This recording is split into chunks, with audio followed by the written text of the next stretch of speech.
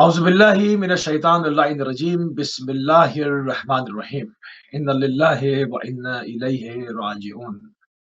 قائد غر محجلین یعصوب الدین الامیر المؤمنین علی بن ابی طالب علیہ السلام کی یوم شہادت کا دن ہے۔ آپ کی خصوصی ٹرانسمیشن کے ساتھ آپ کی خدمت میں حاضر ہیں۔ آج 21 رمضان ہے، 1 اپریل ہے اور پیر کا روز ہے۔ پروردگار کی بارگاہ میں دعا گو بھی ہوں اور پر امید بھی ہوں کہ پوری دنیا میں آپ جہاں کہیں بھی ہوں گے، صدقے میں محمد و آل محمد علیہ السلام کے خیر و نافذ ہوں گے۔ ناظرین، آپ کو ہمارے پروگرام کے فارمیٹ کا علم ہے۔ آج خصوصی نشریات کا اہتمام ہے اور پورے دن جو ہے وہ خصوصی نشریات کا اہتمام رہے گا۔ آپ کی خدمت میں آج روز شہادت امیر المومنین ہے۔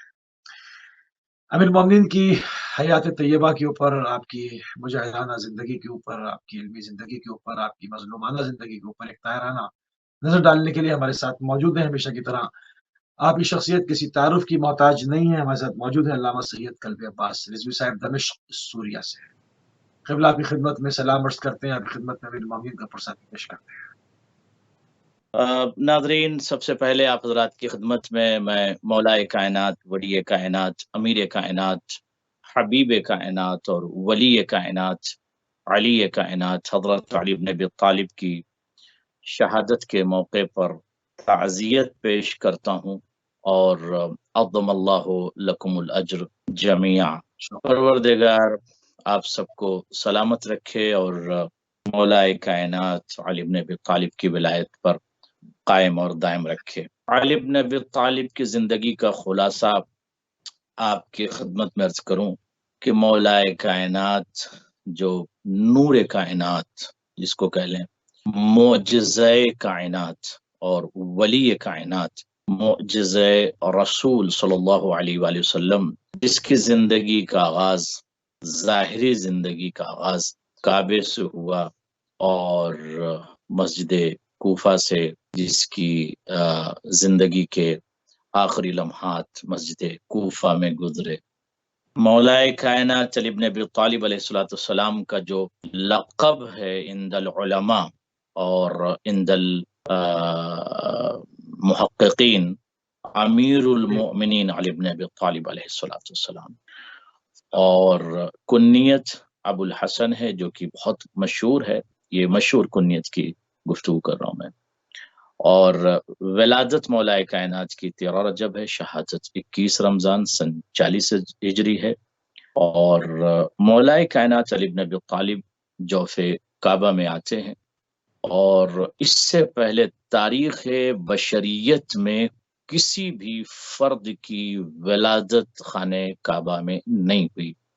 اس بات کا اعتراف اکثر اور بیشتر علماء نے بھی کیا، اور یہ پیش کیا کہ مولا کائنات کی جو زندگی ہے، اگر اس پر ہم غور کریں تو زندگی بہت ہی مختصر زندگی، لیکن مولا کائنات نے جو زندگی کا زبدہ پیش کیا ہے اس پر بڑے بڑے محققین اور ادباء اور عقلاء اور دانشور جب مولا کائنات علی بن ابی طالب کی تاریخ کو، حیات کو، زندگی کے زبدے کو اور نبضے کو دیکھتے ہیں تو وہ حیران ہو جاتے ہیں۔ وہ یہ سوچنے پر مجبور ہو جاتے ہیں کہ یہ کیسے ممکن ہے کہ یہ وہ شخصیت کہ جو ایک وقت میں بہادر بھی ہے اور ایک وقت میں اتنا بڑا عالم ہے کہ منبر رسول پر جا کر مسلسل یہ اعلان، اور آخری وقت بھی اعلان کی سلونی سلونی قبل ان تفقدونی، یعنی مملکت شجاعت کا وہ رئیس ہے، مملکت علم کا وہ عظیم الشان شہنشاہ علم و ادب ہے،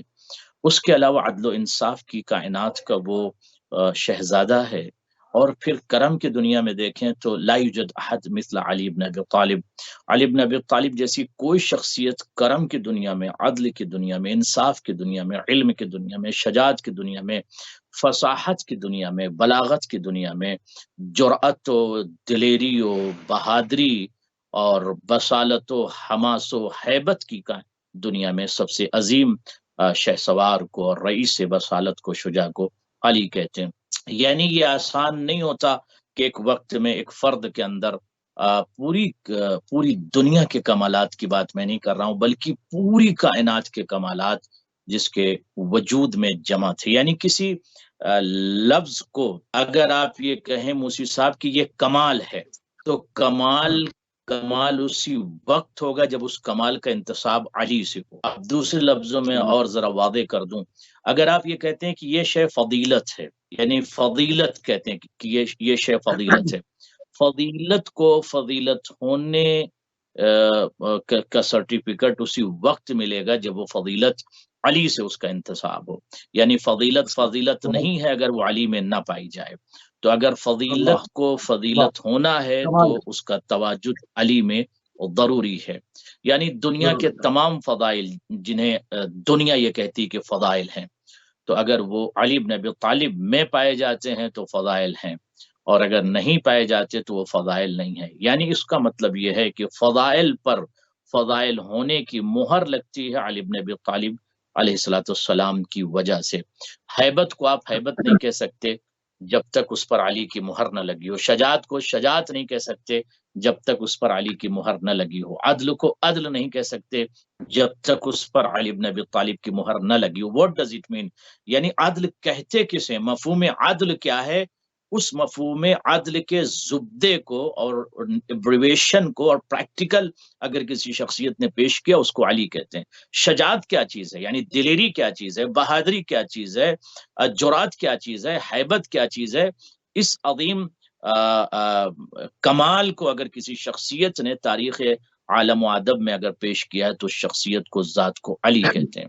اور اگر کائنات کے کسی عالم کی بات کی جائے تو علم کے دنیا میں جتنے بھی شعبے پائے جاتے ہیں، یا علم کے جتنے بھی ابواب پائے جاتے ہیں، یا علم کے جتنے بھی خزائن اور خزینے پائے جاتے ہیں، وہ سب ذات علی سے پھوٹتے ہیں۔ اور یہی وجہ ہے کہ علی بن ابی طالب نے ایک جملہ کہا تھا کہ لو کشف الغطاء، اگر غطا کو، کرٹن کو، پردے کو ہٹا لیا جائے تو میرے یقین میں کوئی اضافہ نہیں ہوگا۔ What does it mean? اس کا مطلب یہ ہے کہ میرے سامنے کوئی پردہ وردہ نہیں ہے، میرے سامنے کوئی پردہ نہیں ہے، ساری چیزیں میرے سامنے مکشوف ہیں۔ کیا مطلب؟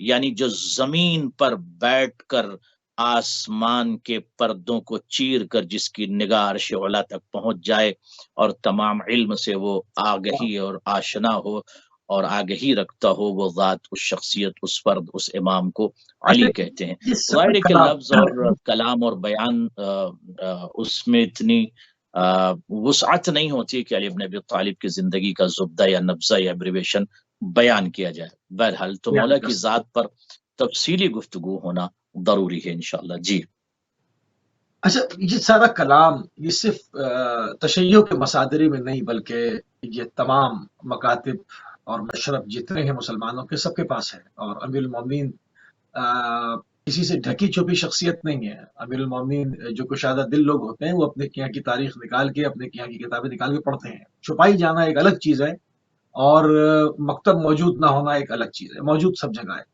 پھر کیا وجہ ہے کہ ایسے لوگوں کو جن کا کوئی تقابل نہیں ہے ان کو ہمیشہ امیر المومنین کے مقابلے پر لایا گیا؟ یہ کیسا ظلم ہے، یہ کیسی زیادتی ہے؟ مسلم انسان مقابلے پر لاتا ہے تو تیار کر کے لے کر آتا ہے، چاہے وہ کچھ نہ ہو تیاری کرتا ہے۔ یہاں تو ایسے لوگ لائیں جن کا کسی طرح سے نہ خاندانی نسب کے ساتھ، نہ علم کے ساتھ، نہ شجاعت کے ساتھ، نہ ان کی حلم، نہ ان کے اندر بصالت، کچھ بھی نہیں۔ ایسے لوگوں کو لا کے سامنے کھڑا کیا گیا اور پوری تاریخ میں یہ ہوتا رہا۔ وجہ اس بات کا جواب جو ہے یزیدیوں نے اور بنی امیہ نے خود میدان کربلا، صحرائے کربلا میں اپنے لفظوں میں دیا ہے۔ انہوں نے یہ کہا کہ بغضاً لعبیک، امام حسین علی ابن علی ابن ابی طالب کو جو شہید کر رہے تھے، اس وقت ایک صحرائے کربلا میں آواز گونجی تھی۔ اس آواز کو اگر آپ غور کریں، پوری دنیا ریسرچ کرے اس آواز پر، تو وہ جو یزیدی آواز تھی، جو بنی امیہ کی آواز تھی، جو معاویہ کے بیٹے یزید کی آواز تھی، وہ کیا تھی کہ بغضاً لعبیک، آپ کے بابا کے بغض میں ہم آپ کو قتل کریں۔ اس کا مطلب یہ کہ بغض علی بہت زیادہ بھرا ہوا تھا ان لوگوں کے اندر۔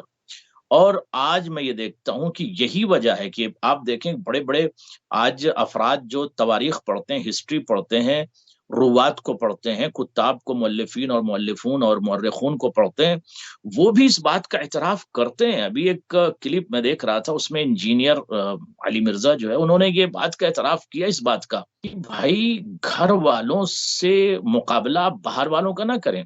کا علی سے مقابلہ نہ کریں، اہل بیت کہاں اور باہر والے کہاں، کا وہ لوگ جو مسلمان نہیں تھے مسلمان ہو گئے، اور مسلمان ہونے کے بعد اب ان کو آستینیں نہیں چڑھانی چاہیے اہل بیت اطہار کے خلاف۔ تو بھیا جب آپ اس بات کے معترف ہیں، مقر ہیں اور مانتے ہیں، اعتراف کرتے ہیں، قرار کرتے ہیں کہ گھر والے اور ہیں باہر والے اور ہیں، تو پھر عقل کا تقاضا یہ نہیں ہے، شعور یہ نہیں کہتا، فکر یہ نہیں کہتی، دماغ انسانی میں یہ بات مناسب نہیں ہے کہ باہر والوں کا مقابلہ اور تقابل آپ گھر والوں سے کریں، اہل بیت اطہار سے کریں۔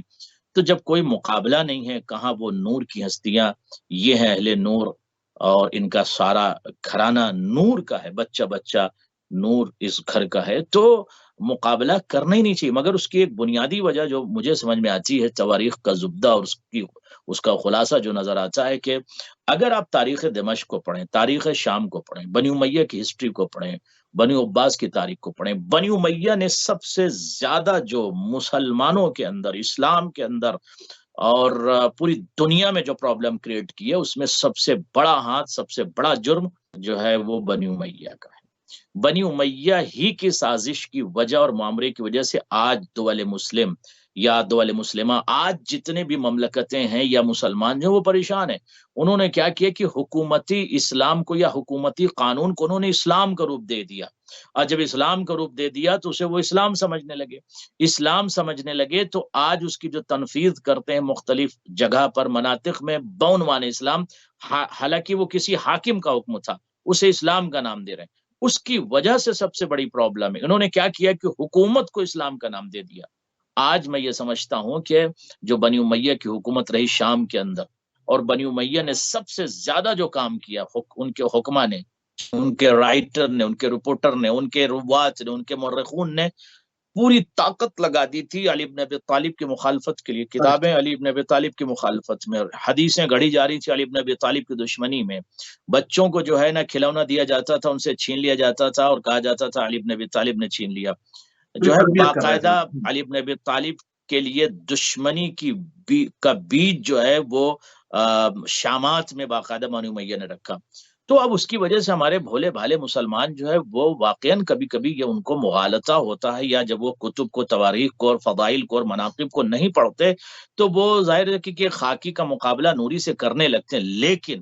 لیکن جب بھی ہمارے مسلمان بھائیوں میں کوئی بھی اہل بیت اطہار کی تاریخ کو پڑھتا ہے تو اسے بخاری میں، ترمذی میں، سنن میں، ابن ماجہ میں، دیگر تمام کتب اہل سنت میں، تمام جب ان کو ایک بھی فضیلت کوئی مل جاتی ہے، ایک حدیث، تو وہ حیران ہو جاتے ہیں۔ ان کو جب اس بات کا علم ہو جاتا ہے کہ باغ فدق مملکت شرف کی شہزادی حضرت بطول کا باغ فدق جو تھا، جسے دربار جانا پڑا اور باغ فدق کو مانگنا پڑا اور نہیں دیا گیا، وہ حیران ہو جاتے ہیں۔ علی بن ابی طالب کا موجود ہونا، جنازے رسول کا چھوڑ کے لوگوں کا چلا جانا، سقیفہ میں جمع ہو جانا، جب یہ پڑھتے ہیں تو انہیں اندازہ ہو جاتا ہے کہ کون واقعاً اسلام سے محبت کر رہا تھا اور کون دنیا دار تھا۔ تو آج جو آپ نے سوال کیا عزیزم، کہ جو مشکل سب سے زیادہ وہ یہی ہے کہ آج ضرورت اس بات کی کہ ہمارے تمام بھائی برادران اہل سنت بیٹھیں، پڑھیں۔ تشیع اور تسنن کا مسئلہ نہیں ہے، مسئلہ اہل بیت اطہار کا ہے۔ آپ کی شفاعت جو ہے اہل بیت اطہار کریں گے، لہٰذا آپ اہل بیت اطہار کو نگاہ میں رکھیں۔ ایک شخص جو ہے وہ شیعہ ہو گیا، اس نے مجھ سے کہا مینچسٹر میں کہ مولانا کچھ شیعہ مجھے مناسب نہیں لگتے۔ میں نے کہا آپ نے شیعوں کو دیکھ کر جو ہے شیعہ تھوڑی اختیار کیا ہے، آپ نے اہل بیت اطہار کی محبت میں جو ہے نا ان کے جادے اور راستے، ان کے صراط کو چنا، تو اہل بیت اطہار کو آپ جو ہے نا نگاہ میں رکھیے۔ تو یہ ضروری ہے کہ نگاہ میں رکھیں، اور آج میڈیا کا دور ہے، دنیا کو بتائیں کہ اہل بیت اطہار کے ساتھ کیا ظلم ہوا۔ خدا کی قسم علی بن ابی طالب کسی شخصیت اور ذات جو ہے کسی مسلک کے پاس، کسی فرد کے پاس نہیں ہے۔ آج بھی میں کہتا ہوں ریسرچ کرو، آؤ نہج بلاغہ پڑھو، آپ کے دماغ کی نسیں پھٹ جائے گی علی بن ابی طالب کے کلام کو دیکھ کر اور سن کر۔ جی اچھا، امیر المومنین کی دنیا میں آمد تھی، اس وقت کی کیا حالات ہے بیچاروں؟ مختصر ان تمام پوائنٹس کے اوپر ہم گفتگو کرتے ہوئے آگے بڑھیں۔ اس وقت تاریخ میں کیا لگتا ہے؟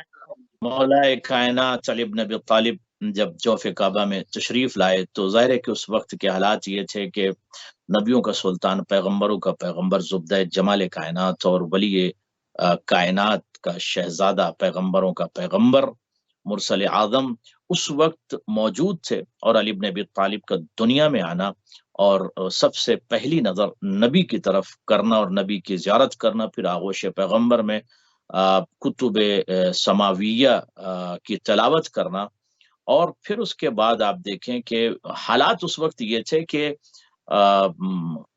مشرکین اور کافرین اور ناقصین اور قاتلین اور جاہلین اور دشمن خلق و دین سب جمع تھے اس وقت مکہ میں. تو ایسے حالات نہیں تھے کہ نبیوں کا سلطان، پیغمبروں کا پیغمبر انسانیت کی بات کرے، ہیومینٹی کی بات کرے، یا خلق کی بات کرے، اخلاق کی بات کرے.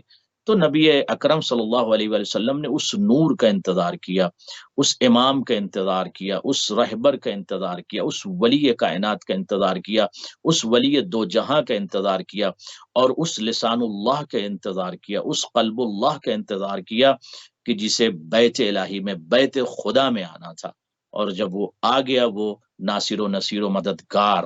حالات یہ تھے کہ نبیوں کا سلطان، پیغمبروں کا پیغمبر جدار کعبہ کو پکڑ کے یہ کہتے تھے بسم اللہ الرحمن الرحیم، رب ادخلنی مدخل صدق واخرجنی مخرج صدق واجعل لی من لدنک سلطانا نصیرا.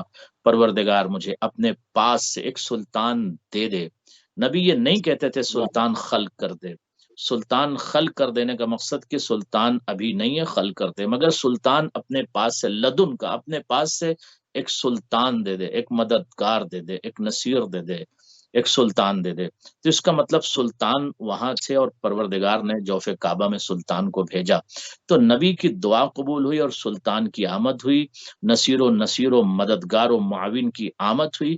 اب آغوش پیغمبر میں جب ناصر و سلطان کی آمد ہوئی تو اس وقت سب سے پہلی زیارت امامت نے جو کی، نبوت کی، رحل نبوت پر امامت ہے، اور زیارت جب کیا تو اس کے بعد کہا کہ آسمان کی کتابوں کی تلاوت کے متعلق گفتگو فرمائی کہ کس قرآن کی تلاوت کروں، توریت کی کروں، زبور کی کروں، انجیل کی کروں. اس کا مطلب علی بن ابی طالب نے زمین پر آ کر اس بات کا اعلان کیا کہ آسمان والے وہ ہوتے ہیں جو چھپی ہوئی کتاب نہیں پڑھتے، چھپی ہوئی کتاب پڑھتے ہیں، جو لوح محفوظ پر ہوتی ہے. چھپی ہوئی کتاب دنیا والے پڑھتے ہیں، اور چھپی ہوئی کتاب اہل بیت پڑھتے ہیں، جو کنز مکنون ہے، جو کتاب مکنون جس کو آپ کہہ لیں. کتاب مکنون اہل بیت اطہار کی نظر میں یہ کتاب ہوتی ہے. تو مولا کی زندگی کا خلاصہ اس وقت یہ تھا، اور اس طرح کی وہ کیفیت تھی. اور اس کے بعد نبی نے اپنے آغوش میں لیا اور مولا کائنات کی زیارت کی، اور مولا نے نبی کی زیارت کی، اور اس طرح سے پھر نبی کی زندگی اور علی کی زندگی کا سلسلہ آگے بڑھا. جی، اہم رخ رسول اللہ کے ساتھ مولا امیر المومنین کی زندگی کا کوئی اہم رخ جو ہے تاریخی طور پہ وہ بیان فرماتے ہیں.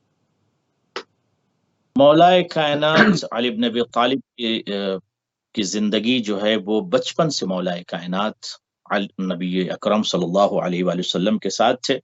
میں بہت سارے روات کی گفتگو کا خلاصہ دیکھ رہا تھا، اس میں نے یہ دیکھا کہ 6 سال کے علی بن ابی طالب علیہ السلام تھے. بڑے بڑے مورخون نے، روات نے، کتاب نے، رائٹرز نے اور راویوں نے لکھا اس بات کا جو خلاصہ ہے کہ 6 سال کان عمرہ 6 سنوات، مولا کی 6 سال صرف عمر تھی.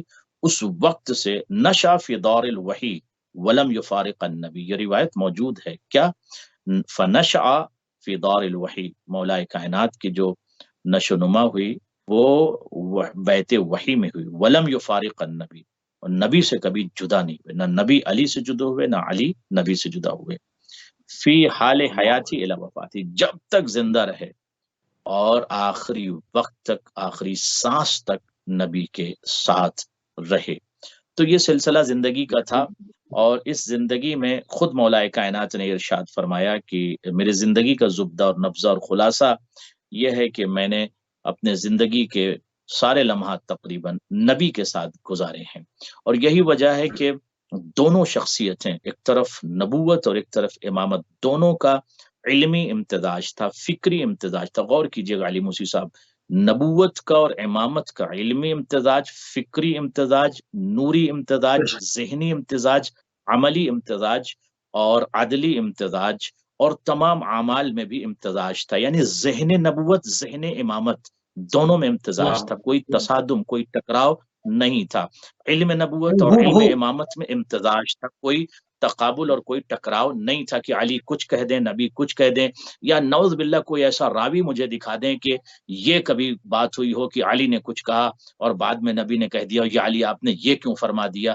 نہیں، امتزاج ہونا چاہیے، اور وہ امتزاج نبی اور علی کی زندگی میں نے دیکھا، نورانی امتزاج، اس کے بعد علم میں امتزاج، فکر میں امتزاج، عدل میں امتزاج، کرم میں امتزاج، حروب میں بھی جو فیصلے تھے فیصلے میں بھی امتزاج، قرار میں بھی امتزاج، اور جرأت و حیبت و جلال و علم و کرم و جود و سخا میں بھی امتزاج تھا۔ یعنی شخصیت نور، دونوں شخصیت نور کی ہے، اور ایک نور کے دو ٹکڑے ہیں، اور دونوں ٹکڑے ایک کو نبوت کی ذمہ داری اور ایک کو امامت کی ذمہ داری، بٹ دونوں شخصیتوں میں بہترین امتزاج تھا، کسی طرح کا کوئی ٹکراؤ کوئی تصادم نہیں تھا۔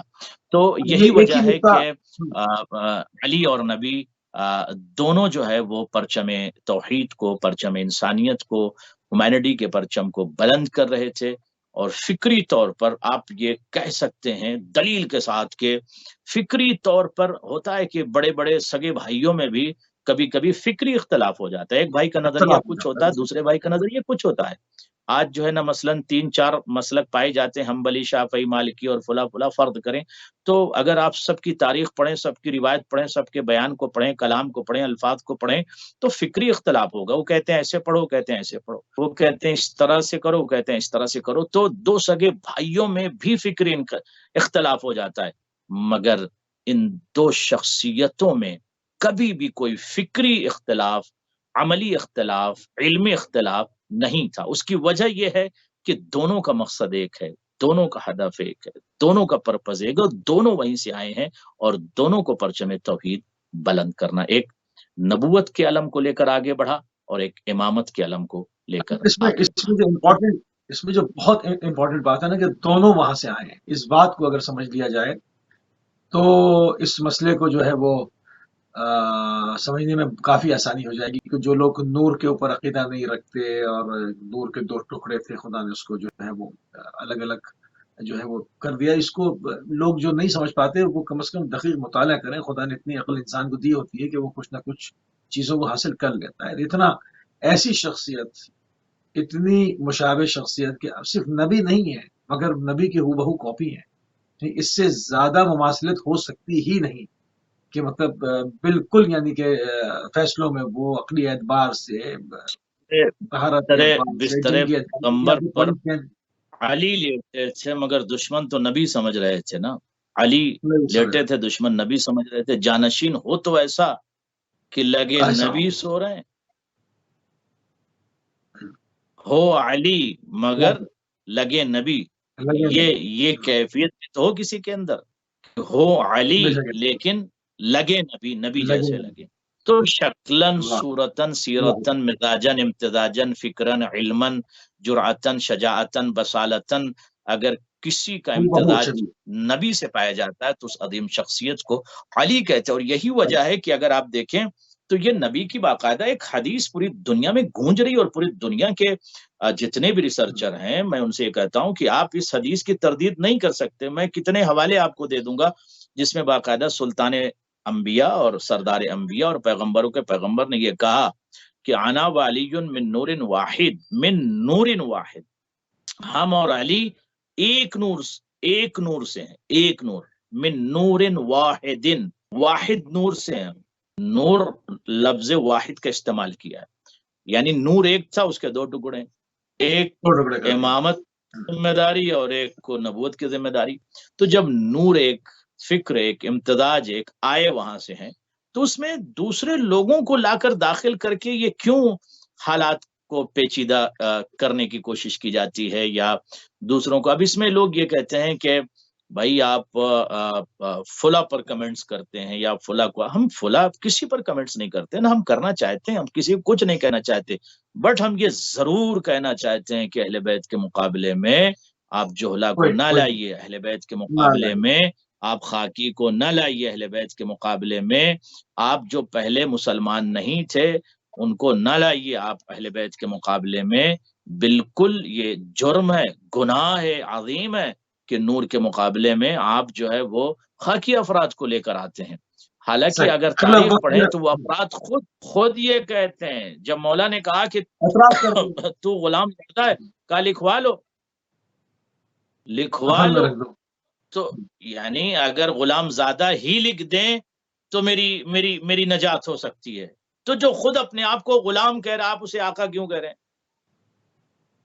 جب نبی نے اس حدیث کے ذریعے سے، اور یہ حدیث سب جگہ پائی جاتی ہے کہ من کنتو مولا، مولا عربی میں کہتے ہیں آقا کو. فہذا علی مولا، جس کا میں آقا ہوں اس کے علی آقا ہیں، جس کا میں مولا ہوں اس کے علی مولا. تو اس کا اس حدیث کا جو مفہوم ہے، جو ترجمہ ہے، جو خلاصہ ہے، جو دیباچہ ہے، جو اس کے اسرار ہیں، جو اس کے سیکرٹس ہیں، جو اس کے مفاہیم ہیں، جو منطوق ہیں، جو ملفوظ ہیں، وہ یہ کہ آقا ہیں نبی پوری کائنات کے، اور پوری کائنات غلام ہے. تو علی بھی آقا ہے اور پوری کائنات غلام ہے. تو غلام کا مقابلہ آپ کیوں کرتے ہو؟ ایک طرف آپ خود کہتے ہو کہ فلاں غلام ہے، وہ غلام ہے، وہ غلام ہے، تو غلام کا آپ مقابلہ آقا سے کیوں کرتے ہو؟ عقل کی بھی اجازت نہیں ہوتی کہ آپ غلام کا مقابلہ آقا سے کریں. آپ خود مسٹیک کرتے ہیں اور اس کے بعد آپ کہتے ہیں کہ فلاں فلاں کو یہ کہا جاتا ہے. کسی کو کوئی کچھ کہتا نہیں اور کہنے کی ضرورت بھی نہیں ہے. آج شعور لوگوں کے بیدار ہیں. آج دیکھیں بڑے بڑے رائٹر، ابھی سوڈان کے بہت بڑے مفکر اور محامی، وکیل، لائر کہہ لیجیے ان کو انگلش میں، عربی میں محامی کہتے ہیں، وہ انہوں نے جب ہسٹری پڑھی، بہت بڑے وہ ظاہر کے نقاشات کرتے ہیں. وکیل کا مزاج ہوتا ہے کہ بہت زیادہ بحثیں کرنا اور اپنی بات کو منوا لینا، تو وکیل کا کام ہوتا ہے، یہ لائر کا کام ہوتا ہے. لیکن انہوں نے جب ہسٹری پر نگاہ ڈالی تو وہ حیران ہو گئے. اہل سنت وہاں کے سوڈان کے، اور میرے گہرے دوست ہیں، ان کا نام ہے سید عبد المنعم، اس وقت وہ لندن میں موجود ہے. تو وہ حیران ہو گئے. انہوں نے دیکھا ارے یہ تو باقاعدہ اہل بیت کے خلاف سازش ہے، معامرہ ہے، دشمنی ہے، راوی گڑھے گئے، روات گڑھے گئے، باقاعدہ کتابیں گڑھی گئیں اہل بیت کی دشمنی میں. اور پھر اس کے بعد جب انہوں نے ہسٹری کو پڑھا اور حضرت بطول پر ظلم ہوتے ہوئے دیکھا اپنی کتابوں میں، تو رو پڑے. اور روتے ہوئے نے ایک کتاب انہوں نے ایک لکھا، اہتدیت بنور فاطمہ، میں حضرت فاطمہ کے نور سے ہدایت پا گیا. اور اس کے بعد انہوں نے چھوڑ دیا اپنے مسلک کو، آ گئے مسلک اہل بیت پر، اور اس کتاب کو انہوں نے لکھا. اور پھر آ کر انہوں نے دمشق سورہ میں تعلیم حاصل کی، اور آج وہ لندن میں موجود ہیں. جی، اگر آدمی دیکھنا چاہے تو بہت چیزیں بالکل سامنے کی ہوتی ہیں. مطلب ان تنظیموں کی طرف نگاہ کرتے ہیں جو عشق صحابہ اور میں نوکر صحابہ دا اور نہ جانے کیا کیا اس کا پرچار کرتے ہیں. آج صاف سوکھ جاتا ہے بھئی آپ کے چوتھے خلیفہ ہیں، آج بھی جلوس نکالیں، آج بھی ان کو یاد کریں جس طرح آپ گزشتہ اور خلفاء کو یاد کر رہے تھے. کیا آیا ان کو یاد کر رہے تھے یا صرف فتنے کے لیے کر رہے تھے؟ اگر یاد کر رہے تھے تو چوتھے خلیفہ نے کیا کیا ہے، ان کو کیوں نہیں؟ یعنی یہاں پر آ کر چوتھے خلیفہ کو امت نے جو ہے نا شیعہ کے اس میں ڈال دیا ہے، شیعہ کے پالے میں ڈال دیا ہے کہ وہ شیعہ کے امام ہے. یہی تو شعور نہیں ہے، یہی تو شعور نہیں. بڑے بڑے آج میں محققین کی گفتگو پڑھ رہا تھا، صاحبان جو یہ کہے جاتے ہیں صاحبان مسلک، ان کی باتیں میں پڑھ رہا تھا. انہوں نے اس بات کا اعتراف کیا کہ اگر کسی کے پاس علی نہیں ہے تو اس کے پاس دین ہی نہیں ہے. مگر مسئلہ یہی ہے کہ جب علی بن ابی طالب کی بات آتی ہے تو ان کو یہ کہہ دیا جاتا ہے کہ علی بن ابی طالب یعنی شیعوں کے امام. ارے بھیا، علی بن ابی طالب شیعوں کے امام نہیں ہے. اگر آپ اتنے جلوس نکالتے ہیں، اتنے پروگرامز کرتے ہیں، تو علی بن ابی طالب کی شہادت کے پروگرام کیوں نہیں کرتے؟ آپ ٹھیک ہے مجلس نہ کریں لیکن شہادت پر تو گفتگو کریں. آپ بتائیں تو نبی صلی اللہ علیہ وسلم کے جو وصی تھے، بتائیں کیسے قاتل کون، کو کس نے قتل کروایا؟ مگر آپ نہیں کہہ سکتے، کیونکہ جب آپ ذکر کریں گے تو آپ کے بچے جوانان آپ سے پوچھیں گے زہر کہاں سے آیا گا، تو راز کھل جائے گا. آپ کی مجبوری ہے، اس لیے آپ قاتل کے متعلق گفتگو نہیں کر سکتے. یہ مسئلہ خال المنافقین کا پتہ چل جائے گا نا. پھر لوگ پوچھیں گے کہ یہ خال المنافقین جو ہیں ان کو آپ نے کیوں کاتب وحی کہا ہے، آپ نے ان کو کیوں مامو جان کا لقب دیا ہوا ہے.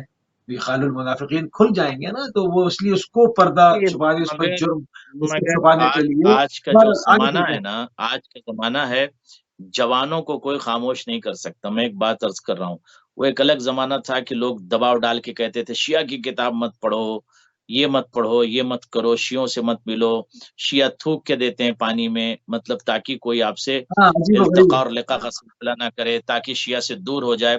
نفرت پھیلانے کے لیے شیعہ کا جو قرآن ہے وہ 40 پاروں کا ہے، تھوک کے دیتے ہیں، یہ کرتے ہیں وہ کرتے ہیں، بڑے پروپگنڈے کیے گئے تشیع کے خلاف، بہت عجیب و غریب تاکہ بات ہے، وہ مطلب لوگ جو ہے نا کامن شیعہ کے نہ کامن قریب سینس آئیں کی اور نہ بات ان ہے۔ کی کتاب پڑھیں۔ لیکن آج کا دور یہ ہے کہ شیعہ کے پاس جانے کی ضرورت نہیں ہے، نہ کتاب پڑھنے کی ضرورت، انہی کی کتاب میں سب مل جاتا ہے، انہی کے مصادر میں آج سب مل جاتا ہے۔ جب جوانان ہمارے اہل سنت بھائی اور ان کے بچے جب پڑھتے ہیں، خدا ہمارے اہل سنت بھائیوں کو سلامت رکھے، جب وہ پڑھتے ہیں تو وہ خود بخود حیران ہو جاتے ہیں کہ ان ملاؤں نے بڑا ظلم کیا اہل بیت اطہار پر، چھپایا ہے، باقاعدہ جلایا ہے کتابوں کو۔ آج بھی آپ دیکھیں مصر میں کوئی کتاب چھپی ہے، اس میں جو ہے وہ فضائل کے کچھ دیباچے ہیں یا کچھ الفاظ ہیں، اور وہی کتاب اگر سعودیہ میں چھپ رہی تو اس میں نہیں۔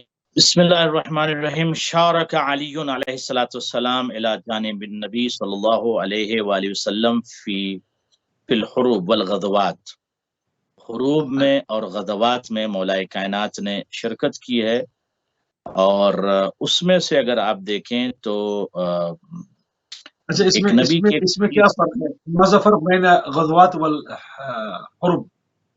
نام مین اس میں کیا فرق؟ حروب جو ہے وہ حرب کی جمع ہے، جنگ کو کہتے ہیں، اور اس نہیں، کی جمع حروب، غزوات اور اور حرب ہے، جی، اور غزوات غزوہ اور جو حرب۔ ہے غزوہ کی جمع غزوات ہے۔ جی عرض کر رہا ہوں آپ کی خدمت میں، تو وہ جنگ جس میں باقاعدہ نبی صلی اللہ علیہ وآلہ وسلم بھی شریک تھے اور مولا کائنات بھی شریک تھے، اس کو حروب کہتے ہیں۔ اور غزوات میں مثلا نبی نے بھیج دیا علی کو کہ آپ جائیے اور جا کر جو ہے وہ اس مارکے کو آپ فتح کر لیجئے۔ تو مولا کائنات کے لیے ایک حدیث میں عرض کر رہا تھا کہ الا ترضى ان تكون منی بمنزلة ہارون من موسیٰ الا انه لا نبی اچھا، بعدی، کیا آپ کے لیے بہت بڑی فضیلت کی بات نہیں ہے کہ آپ کا جو مقام ہے، جو موسیٰ کو ہارون کے ساتھ تھا اور ہارون کو موسیٰ کے ساتھ تھا، وہی رشتہ آپ کا ہے، الا انہ لا نبی بعدی، مگر یہ کہ میرے بعد کوئی نبی نہیں ہے۔ اب میں آپ کی خدمت میں عرض کر دوں کہ مولا کائنات علی بن ابی طالب علیہ الصلوۃ والسلام کی اگر آپ زندگی کا خلاصہ دیکھیں تو سب سے بڑی جنگ جو تھی اور بہت ہی دہشت جس میں تاریخ مسلمانوں میں، اس میں کچھ جنگیں ہیں، اس میں سے ایک جنگ خیبر ہے۔ جنگ خیبر میں مصلحتاً کہہ لیجئے یا ارادتاً کہہ لیجئے یا ضرورتاً کہہ لیجئے، مولا کائنات نے شروع میں اس جنگ میں مشارکت نہیں کی، اور نبی خود اس جنگ میں تشریف لے گئے اور باقاعدہ 40 دن تک مسلمانوں کو علم دیتے رہے اور مسلمان بھاگتے رہے اور واپس آتے رہے۔ اس کے بعد یہ جو جنگ ہے نا، میں سمجھتا ہوں اگر خیبر کی جنگ بھی مسلمان پڑھ لیں تو ان کو علی بن ابی طالب کی فضیلت اور ان کے جلال و ہیبت و جرأت اور ان کے حماس کا اندازہ ہو جائے گا کہ علی کی شخصیت کیا ہے۔ اب جو حدیث قدسی کی آواز ہے وہ کیا، ناد علیین، ناد جو ہے فعل امر ہے، حکم خدا ہے، علیین علی کو پکارو، علیین اس لیے کہ یہاں مفعول بہی ہے اس لیے علیین پڑھا گیا، ناد علیین علی کو پکارو، مظہر العجائب، اس علی کو پکارو جو عجائب کا ظاہر کرنے والا۔ اس کا مطلب ہر شخص کو علی نہیں کہتے، علی وہی ہے جو عجائبات کو ظاہر کرے۔ اس کا مطلب یہ ہے کہ علی کے مقابلے میں جہلا کو، فاسقین کو، مجرمین کو، قاتلین کو، ناقصین کو اور متمردین کو لانا عقل کے خلاف ہے، شریعت کے خلاف ہے، دین کے خلاف ہے۔ آپ دیکھیں اتنی بڑی شخصیت کی جس کے لیے آواز قدرت گونج رہی ہے، اس علی کو پکارو جو مظہر عجائب ہے، تجد عون لک فی النوائب۔ سوال یہ پیدا ہوتا ہے کہ تجد اس کو پاؤ گے، عونن لک آپ کے لیے وہ معاون ہوگا، مددگار، فی النوائب ان مشکلات میں کہ جن کا کوئی حل کرنے والا نہیں ہوتا الا اللہ۔ نوائب اس مشکل کو کہتے ہیں، غور کیجئے گا، نوائب ان مشکلات کو کہتے ہیں علی موسی صاحب کی جو بشر کے بس میں نہیں ہوتی ہے، مگر یہ کہ خالق بشر اس کو حل کرتا ہے۔ تو مگر علی کے لیے یہاں کہا گیا کہ وہ نوائب میں آپ کا مددگار ہوگا، اس کا مطلب من جانب اللہ، اللہ کی جانب سے جو نمائندہ سلطان انبیاء کی مشکلات کو حل کر دے اسے علی کہتے ہیں۔ یہ بات دنیا کے سمجھ میں بات نہیں آتی کہ سردار انبیاء، سلطان انبیاء، رئیس الانبیاء، زبدۃ الانبیاء، جمال انبیاء، ہیبت انبیاء، نبیوں کا سردار، اس کو جب ضرورت پڑی خیبر کے اندر تو آواز قدرت کیا آئی؟ عون لک فی النوائب، وہ آپ کے لیے جو ہے معاون ہوگا نوائب میں۔ غور کیجئے گا، اس کا مطلب یہ ہے کہ خدا کی اگر کوئی قوت ہے، کوئی طاقت ہے، اور خدا کی طرف سے کوئی نمائندہ ہے یا مشکل کشا ہے، تو ذات کو، شخصیت کو علی کہتے ہیں۔ اور شاید یہی وجہ اچھا ہے کہ علی کا سلطان مصلحتاً نہ سلطان جانا یا النصیرہ، نہ اس میں مشارکت کرنا، اور بعد میں آواز غیبی کا گونجنا اور ناد علی کا یہ آواز جو گونجی تھی، اور اس کے بعد نبی نے علی کو بلایا، اس بات کی دلیل ہے، دنیا کو سمجھ لینا چاہیے کہ نہیں پکارو گے سلطان نبی کو النصیرہ آئیں پھر گے کسے علی، کہتے ہیں؟ پکارو گے خدا کو آئیں گے علی، سلطان آئیں گے علی۔ النصیرہ قرآن نے کہا۔ اب اب یہاں پر میں بین القوسین ایک جملہ بھی کہہ دوں، نبی اکرم صلی اللہ علیہ وآلہ وسلم نے ظاہر ہے کہ وہاں نمازیں مسلسل پڑھتے تھے، جنگ خیبر جب ہو رہی تھی تو صبح کی نماز پڑھی ہے۔ صبح کی نماز میں ایک لفظ ہے کیا سورۃ الحمد میں، علی موسی صاحب، ایاک نعبد و ایاک نستعین، ہم پروردگار تیری ہی عبادت کرتے ہیں اور صرف اونلی فرام یو، اور صرف تجھ ہی سے مدد مانگتے ہیں، تیری ہی عبادت کرتے ہیں اور صرف تجھ ہی سے مدد مانگتے ہیں۔ تو نماز میں تو نبی یہ کہہ رہے ہیں اور پھر علی سے مدد لے رہے ہیں۔ یہ اختلاف کیسا؟ اختلاف نہیں ہے، علی کا مدد کرنا گویا خدا کا مدد کرنا۔ یہ لوگوں کو بات سمجھ ہی نہیں آتی، کچھ افراد جوہلا یہ کہتے ہیں شرک ہے۔ بھائی شرک کیسے ہو گیا؟ ہم نے اللہ کو پکارا، اللہ نے علی کو بھیج دیا۔ نبی نے مدد اللہ سے مانگی، غور کیجئے گا، میں بہت دقیق جملہ کہہ رہا ہوں، نبی نے ڈائریکٹ علی کو نہیں پکارا، چاہتے تو آواز دے دیتے کہ علی جو ہے خیبر میں ہم مشکلات میں، جنگ نہیں فتح ہو رہی ہے، مسلمان بھاگ رہے ہیں، کبھی گھوڑا چھوڑ کے بھاگ رہے ہیں، کبھی علم چھوڑ کے بھاگ رہے ہیں، کبھی خود بھاگ رہے ہیں، کبھی کہتے ہیں گھوڑا لے کے بھاگ گیا، اس طرح کی چیزیں چل رہی ہے، جلدی آ جاؤ ہمیں خیبر کو فتح کرنا۔ مگر اس طرح کی کوئی ڈسکشن، کوئی گفتگو، کوئی مکالمہ، کوئی کلام، کوئی رسالہ، کوئی رسائل اس طرح کے نہیں ملتے ہیں کہ بین النبی والعلی کوئی گفتگو ہوئی۔ کب ہوئی یہ بات؟ کہ جب نبی نے خدا کی بارگاہ میں نماز صبح پڑھی اور کہا ایاک نعبد و ایاک نستعین، پروردگار تجھ سے مدد مانگتے، تو میری مدد کر۔ جب تو میری مدد کر تو آواز وہاں سے آئی ناد علی جن، پکارو۔ اب ناد حکم ہے، اس میں امر کا صیغہ واجب ہے۔ اب یہ آپشنل نہیں تھا نبی کے لیے کہ نبی نہ پکارے، واجب تھا نبی کے لیے۔ نبی نے کوئی محبتاً یہاں پر تھوڑی کی داماد ہیں اس لیے پکار لیا علی کو، بھائی ہیں اس لیے پکار، نہیں، حکم الہی ہے، پکارنا ہی پڑے گا آپ کو۔ ناد علی، علی کو پکارو۔ اور علی بن ابی طالب تشریف لائے حکم خدا سے، اور اس کے بعد پتھر پر علم کو نصب کر دیا۔ یعنی جو فطرت کو بدل دے اسے علی کہتے ہیں، جو فطرت کو چینج کر دے، جو نیچر کو چینج کر دے اسے علی کہتے ہیں۔ اسی لیے علی بن ابی طالب کو معجزہ خدا کہتے ہیں، اللہ کی جانب سے معجزہ کہتے ہیں، یعنی اللہ کی جانب سے نمائندہ الہی ہے مولا کائنات۔ تو یہ بات سمجھنے کی، سوچنے کی، غور کرنے کی ضرورت ہے۔ ایک الگ بات ہے کسی کا اگر مقدر نہیں ہے، وہ دشمن علی بن کے رہنا چاہتا ہے، یا جوہلا کے اور عادہ کے صحن میں ان کے ساتھ بیٹھنا چاہتا ہے تو بیٹھے، کوئی ضروری نہیں کہ ساری دنیا کیا ہو جائے، مت ہو، جس کا دل چاہے ہو، جس کا دل چاہے نہ ہو، کون سا ہمیں بہت زیادہ اس کی ضرورت ہے کہ ساری دنیا کو تشیع کی دعوت دی جائے۔ نہیں، اگر کوئی آنا چاہتا ہے تو اہلاً و سہلاً، اور نہیں آنا چاہتا تو وہیں رہے۔ کوئی دین میں جبر اور کوئی تشدد تھوڑی ہے کہ زبردستی کسی کو شیعہ بنایا جائے۔ رسول اللہ کے بعد سیاسی حالات کیا تھے، اس پر اگر مختصر تھوڑی سی بات ہو جائے، کہ وقت بالکل کم ہو گیا ہمارے پاس۔ رسول اللہ صلی اللہ علیہ وآلہ وسلم کی شہادت کے بعد جو سیاسی حالات بگڑے، بہت زیادہ بگڑے، وہ بگڑے ہیں جو تاریخ کا خلاصہ ہے، اور بہت سارے اس پر ریسرچر نے اور محققین نے اس بات کو لکھا ہے، اور عرب کے بہت بڑے محققین نے بھی اس بات کا اعتراف کیا کہ جو حالات بگڑے ہیں اور جو دشمنی کی آگ لگی ہے وہ اعلان غدیر میں، یعنی غدیر میں علی بن ابی طالب کی جو ولایت کا اعلان ہوا تو دل جل گئے لوگوں کے بہت زیادہ، اور دماغ پھٹ رہا تھا لوگوں کا، بغض میں پاگل ہو گئے تھے لوگ۔ وہ سلسلہ بغض کا بہت تیزی سے بڑھا جب نبیوں کے سلطان و سردار نے علی بن ابی طالب کے دونوں ہاتھوں کو بلند کیا، علی بن ابی طالب کو دونوں ہاتھوں سے پکڑا اور یوں بلند کیا کہ باقاعدہ نبی چھپ گئے اور علی سامنے آ گئے، اور اس کے بعد کا من کنت مولا فہذا علی جن مولا، جس کا میں مولا اس کے علی مولا۔ تو اب جو ہے کچھ لوگوں نے اس کو بیوقوفی میں یہ کہہ دیا کہ علی مولا کا مطلب دوست کا ہوتا ہے۔ ارے بھائی، آپ نبی کو دوست سمجھتے ہیں کیا؟ کیا نبی تو انہوں وہاں نے دوستی یہ اعلان سمجھا کرنے گئے تھے جس کا میں دوست اس کے علی دوست؟ چلچلاتی ہوئی صحیح۔ دھوپ میں اچھا قبلہ نبی آقا تھا دوست، قبلہ اور دوست کے لیے صدیق لفظ استعمال ہوتا ہے عربی میں، دوست کے لیے صدیق استعمال ہوتا ہے، دوست کے لیے رفیق استعمال ہوتا ہے۔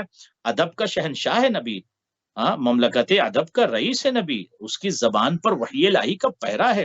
الفاظ صفوف کی حالت میں نبی کے سامنے کھڑے ہوتے ہیں کہ نبی استعمال کر رہے ہیں، وہ الفاظ باقاعدہ جو ہے مغسول ہوتے ہیں، باقاعدہ وحی میں دھلے ہوئے الفاظ کا استعمال نبی کرتے ہیں۔ ہر لفظ کو نبی اپنی زبان پہ تھوڑی لاتے ہیں کہ جو لفظ زبان پہ آ جائے اسے استعمال، نو، لفظ وہی استعمال کریں گے جو وحی میں دھلے ہوئے الفاظ ہوتے ہیں، اور وحی الہی کا اچھا مشیت قبلہ الہی کا پیرا ہوتا ہے نبی کی زبان پر۔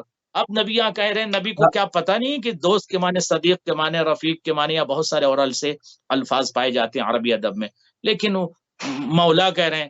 آج تو کوئی نہیں کہتا کہ مولا کے معنی دوست کے، آج بھی کسی عرب سے آپ جا کے بات کریں تو کوئی نہیں کہتا کہ مولا کے معنی ہم دوست ہیں، مگر بغض، عناد، حسد کی وجہ سے ترجمہ آپ کہہ رہے ہیں دوست۔ اچھا دوست بنا رہے ہیں کہ جس کا میں دوست اس کے علی دوست، تو آپ نبی کو دوست سمجھ رہے ہیں؟ ہم تو نبی کو دوست نہیں سمجھتے، ہم نبی کو آقا سمجھتے، مولا سمجھتے ہیں۔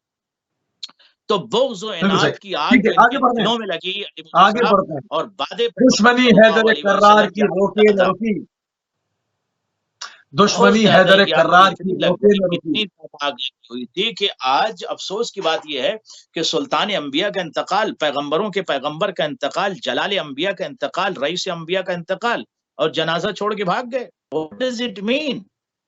What does it mean? کیوں آپ جنازہ چھوڑ کے جا بالکل رہے ٹھیک، ہیں؟ آپ قبلہ کیوں جا رہے ہیں جنازہ چھوڑ آگے کے؟ بڑھتے ہیں، جنازہ چھوڑ آگے کے بڑھتے بھاگ ہیں گئے، تغسیل میں شرکت نہیں کر رہے ہیں، تکفین میں شرکت نہیں کر رہے ہیں، تدفین میں شرکت نہیں کر رہے ہیں۔ یہ کون سی محبت ہے؟ یہ غداری ہے نبی کے ساتھ، یہ غداری ہے، دھوکہ ہے۔ نہ آپ نے تجہیز میں شرکت کی، نہ آپ نے تغسیل میں شرکت کی، نہ آپ نے تکفین میں شرکت کی، نہ آپ نے تدفین میں شرکت کی۔ آپ کہاں تھے؟ کہا کہ وہ سقائفہ میں بیٹھے ہوئے تھے۔ ارے بھائی، نبی کا جنازہ ہے، آپ سقائفہ میں بیٹھے ہوئے ہیں، تو یہ تو دھوکہ کیا نا آپ نے نبی کے ساتھ۔ صرف کرسی کے لیے لالچ اور خلافت اور حکومت کے لیے نبی کا جنازہ چھوڑ دیا۔ تو یہ بات دنیا کے سامنے بالکل واضح ہو گئی، اور آنے والا جو جوان ہے اس کو نہ دبایا جا سکتا ہے، نہ اس کو خاموش کیا جا سکتا ہے، نہ ہسٹری کو مٹایا جا سکتا ہے۔ آتی ہوئی جو نسل ہے نا، ٹھیک ہے وہ قبلہ، تیزی آگے سے آگے رونگ اور آگے رائٹ آگے کی بڑھتے ہیں، بہت تیزی سے نسل سمجھ ٹھیک رہی ہے ہے، آگے بڑھتے ہیں۔ اور اچھے اور برے کو سمجھ رہی ہے کہ کون لوگ اچھے تھے، کون لوگ برے تھے، اور کیا کیا مولا کائنات کے ساتھ جی، سازشیں وقت ہوئی، وقت اور وقت وقت کتنا بہت ظلم محدود، کیا وقت مولا محدود ہے، کائنات کے اوپر۔ وقت محدود ہے قبلہ، قبلہ وقت بہت محدود ہے، کیونکہ ابھی مصائب کا بھی بیان ہونا ہے۔ دشمنی حیدر کرار کی روکے نہ رکی، دشمنی حیدر کرار کی روکے نہ رکی، یہ بدر کی آگ تھی جو کربلا تلک پہنچی، یہ حقیقت ہے۔ قبلہ کچھ پوائنٹس پہ بات نہیں ہو پائے گی، اس کو تیزی سے ہم آگے بڑھیں گے کیونکہ وقت بہت محدود ہو گیا۔ لحظات استشہاد کیا تھے اس وقت؟ فوج وہ کون سی کامیابی تھی جس کو مولا نے، جس کا جو ہے وہ اعلان کیا؟ اس پہ ذرا روشنی ڈال دیں، پھر ہم وصیت اور شہادت پہ جائیں گے۔ مولا کائنات علی بن ابی طالب علیہ السلام کی ایک آواز آج بھی کوفہ کی فضاؤں میں، بلکہ پوری کائنات میں یہ آواز گونج رہی ہے، فزتو ورب الکعبہ، رب کعبہ کی قسم، علی کامیاب ہو گئے۔ دشمن اور نامراد یہ سمجھ رہا تھا کہ سر پہ ضربت لگانے سے علی کے زندگی کا شرازہ بھی کر جائے گا، مگر علی تو اس شب کے لیے اور اس شہادت کے لیے پہلے سے تیار تھے۔ میرے پاس روایت ہے، میرے پاس باقاعدہ تاریخ میں جو متن پائے جاتے ہیں، الفاظ موجود ہیں کہ اس شب مولا کائنات باقاعدہ بار بار نکلتے تھے، آسمان تلے آتے تھے، اور باقاعدہ خدا کی بارگاہ میں باتیں کرتے تھے کہ پروردگار، اسی رات کا مجھ سے وعدہ کیا گیا ہے۔ عجب سی کیفیت تھی مولا کائنات کی لقائے رب کے لیے، خدا سے ملاقات کے لیے۔ مولا کائنات اس کائنات کو چھوڑ کر ظاہری طور پر جا رہے تھے اور اپنی خدا کی بارگاہ میں، تو خدا کی بارگاہ میں جانا اور خدا سے ملاقات کرنا کامیابی کی دلیل ہے۔ جو لوگ دنیا دار ہوتے ہیں یا جو لوگ اس دنیا میں ڈوبے ہوئے ہوتے ہیں، وہ یہ سوچتے ہیں کہ وہ ناکامیاب ہو گئے، لیکن مولا کائنات کی یہ جو گفتگو ہے، اس کا میں ایک زبدہ پیش کر دوں کہ مولا نے اس لیے کہا کہ اس آیت پر آپ غور کر لیں، اس آیت پر غور کیجیے، انا للہ، ہم اللہ کے لیے ہیں، وَإِنَّا إِلَيْهِ راجعون، اور ہم سب الیہ، اسی کی طرف، راجعون، پلٹنے والے ہیں، پلٹ رہے ہیں، پلٹیں گے۔ تو انا للہ وَإِنَّا إِلَيْهِ، الیہ یعنی اسی کی طرف، ہم اللہ ہی کی طرف پلٹ کر جانے والے۔ اس کا مطلب یہ ہے کہ انسان کہیں بھی کسی طرح بھی زندگی گزارے، اچھی گزارے بری گزارے، اس کو اللہ کی طرف پلٹنا ہے۔ مگر جو امانت ہے یہ زندگی، یہ جو حیات، یہ جو لائف، یہ جو زندگی امانت ہے، اس امانت کو اگر آپ نے بیٹر طریقے سے پیش کیا خدا کی بارگاہ میں تو آپ کامیاب ہو گئے۔ علی بن ابی طالب کی آواز جو مسجد کوفہ سے گونجی تھی، فزت ورب الکعبہ، مولا یہ بتانا چاہ رہے تھے، پیغام دینا چاہ رہے تھے کہ زندگی امانت ہے، ملکیت نہیں ہے۔ جی، مولا کائنات علی بن ابی طالب علیہ الصلوۃ والسلام کی زندگی کا جو خلاصہ ہے اور اس کے علاوہ جو وصیتیں ہیں بہت اہم ہیں۔ اس وصیت میں یہ چاہوں گا کہ پہلا لفظ جو علی بن ابی طالب نے پیش کیا ہے وہ الوصیۃ الاخیرہ، مولا کی جو آخری وصیت ہے، اوصیکما بتقوی اللہ۔ اب آپ دیکھیں مولا نے سب سے پہلی جو وصیت کیا ہے، یہ صرف وصیت حسنین کے لیے نہیں ہے، یہ صرف کریمین کے لیے نہیں ہے، یہ صرف امام حسن اور امام حسین کے لیے نہیں ہے، ان کے ذریعے سے پوری دنیا کو امام نے پیغام دیا، اوصیکم بتقوی اللہ، ہم تقوی الہی کی وصیت کرتے ہیں۔ اے جہان بشریت میں بسنے والوں، چاہنے والوں، علی والوں، آپ کی ذمہ داری ہے کہ علی کے اس آخری پیغام کو اپنے زندگی میں بالکل نوٹ کر لو اور اس پر عمل کرنے کی کوشش آپ کریں۔ مولا کائنات علی بن ابی طالب نے یہ جو جملہ کہا کہ تقوی الہی اختیار کرو، اس کے بعد جو دوسرا جملہ مولا کائنات کا ہے وہ بہت اہم ہے، وَقَوْلًا بِالْحَقِّ وَعَمَلًا لِلْآخِرَةِ، حق بات کہو اور آخرت کے بارے میں عمل کرو، آخرت کے متعلق سوچو، آپ کا عمل آخرت کے لیے ہو۔ الدنیا مزرعۃ الآخرہ، دو باتیں، یعنی دو باتیں مولا کی بہت اہم، ایک بات تقوی الہی اختیار کرو، دوسری بات حق پر چلو، حق بات کہو، اور جو بھی عمل کرو وہ آخرت کے لیے کرو، آخرت نکاح عمل کو۔ تیسری بات جو مولا نے کہی، وَكُونُوا لِلظَّالِمِ خَصْمًا وَلِلْمَظْلُومِ عَوْنًا، ظالم سے مت ڈرو، ظالم کی آنکھوں میں آنکھیں ڈال کے بات کرو، ظالم سے آپ کو ڈرنے کی ضرورت نہیں ہے، ظالم سے خوف زدہ مت ہونا، وَلِلْمَظْلُومِ عَوْنًا، تم مظلوم کے مددگار ثابت ہو۔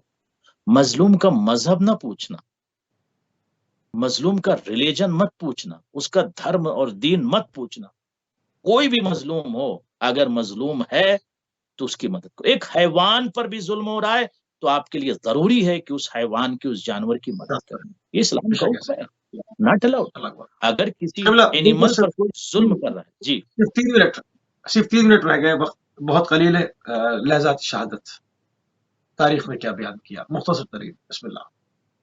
مولا کائنات کی زندگی کے آخری لمحے بہت ہی پردرد ہیں، اور ظاہر ہے کہ 3 منٹ میں اس کیفیت کو بیان کرنا آسان نہیں ہے، لیکن صرف یہ سوچ کر پوری دنیا روتی ہے کہ کائنات کا اتنا بڑا امام جو غریبوں اور مسکینوں اور یتیموں کی مدد کر رہا تھا، اور جس کی زندگی کا مقصد صرف خدمت خلق، رضا الہی، مولا کائنات کے سر پر جب ضربت لگی، ظالم ابن ملجم نے مولا کے سر پر جب ضرب لگائی تو ایک آواز گونجی، فزت ورب الکعبہ، رب کعبہ کی قسم میں کامیاب ہو گیا۔